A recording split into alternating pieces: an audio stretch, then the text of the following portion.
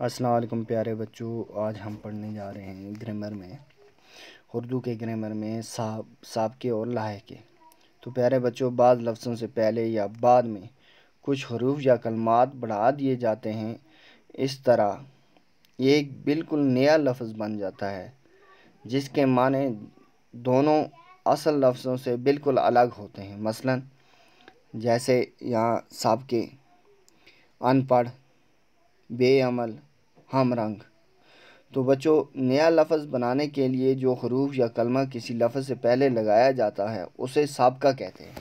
یعنی جو کسی کلمہ سے پہلے جو نیا لفظ لگایا جاتا ہے تو اسے کیا کہتے ہیں؟ سابقہ۔ جیسے ان پڑھ، بے عمل، ہم رنگ۔ مدرجہ بالا مثالوں میں ان، بے اور ہم جو الفاظ ہیں وہ کیا ہیں؟ سابقہ ہیں۔ اور لاحقے کیا ہوا؟ نیا لفظ بنانے کے لیے جو حروف یا کلمہ کسی لفظ کے بعد لگایا جائے اسے لاحقہ کہتے ہیں۔ یعنی لاحقہ کیا ہوتا ہے؟ لاحقہ بعد میں لگتا ہے، سابقہ پہلے اور لاحقہ بعد میں کسی لفظ کے۔ جیسے پان دان، عید گاہ، دیانتدار۔ مندرجہ بالا الفاظ میں دان، گاہ اور دار کے الفاظ لاحقے ہیں۔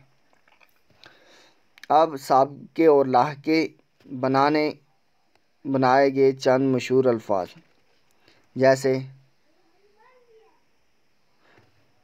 بان کو کیا؟ مہربان، دربان، نگہبان، بان سے جو آتے ہیں۔ بند، گلو بند، نظر بند، پابند۔ تر، کم تر، خوب تر، بدتر۔ گر، کاریگر، بازیگر، جادوگر۔ گاہ، سیرگاہ، عید گاہ، قربان گاہ۔ ابگار، خدمت گار، خدمت گار۔ طلبگار، پرہیزگار۔ مند، صحت مند، دولت مند، ارجمند۔ اب ان کے لفظ، ان پڑھ، انجان، انمول، انتھک، باقاعدہ، بااصول، باعمل، باخبر۔ یہ سب سابقہ ہیں بچوں جو پہلے لگ رہے ہیں، ہاں کسی لفظ کے پہلے آ رہے ہیں۔ جیسے پابند، پاجامہ، پازیب۔ تنگ، تنگ دل، تنگ دست، تنگ نظر۔ خوش، خوش رنگ، خوش لباس، خوش مزاج۔ غیر، غیر مسلم، غیر حاضر، غیر آباد۔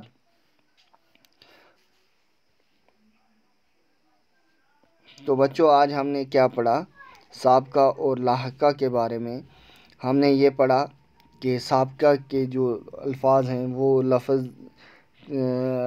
جو ہم نیا لفظ بنانے کے لیے استعمال کرتے ہیں وہ کسی لفظ سے پہلے لگایا جاتا ہے، اور جو لاحقہ ہوتا ہے اس کے بعد لگایا جاتا ہے۔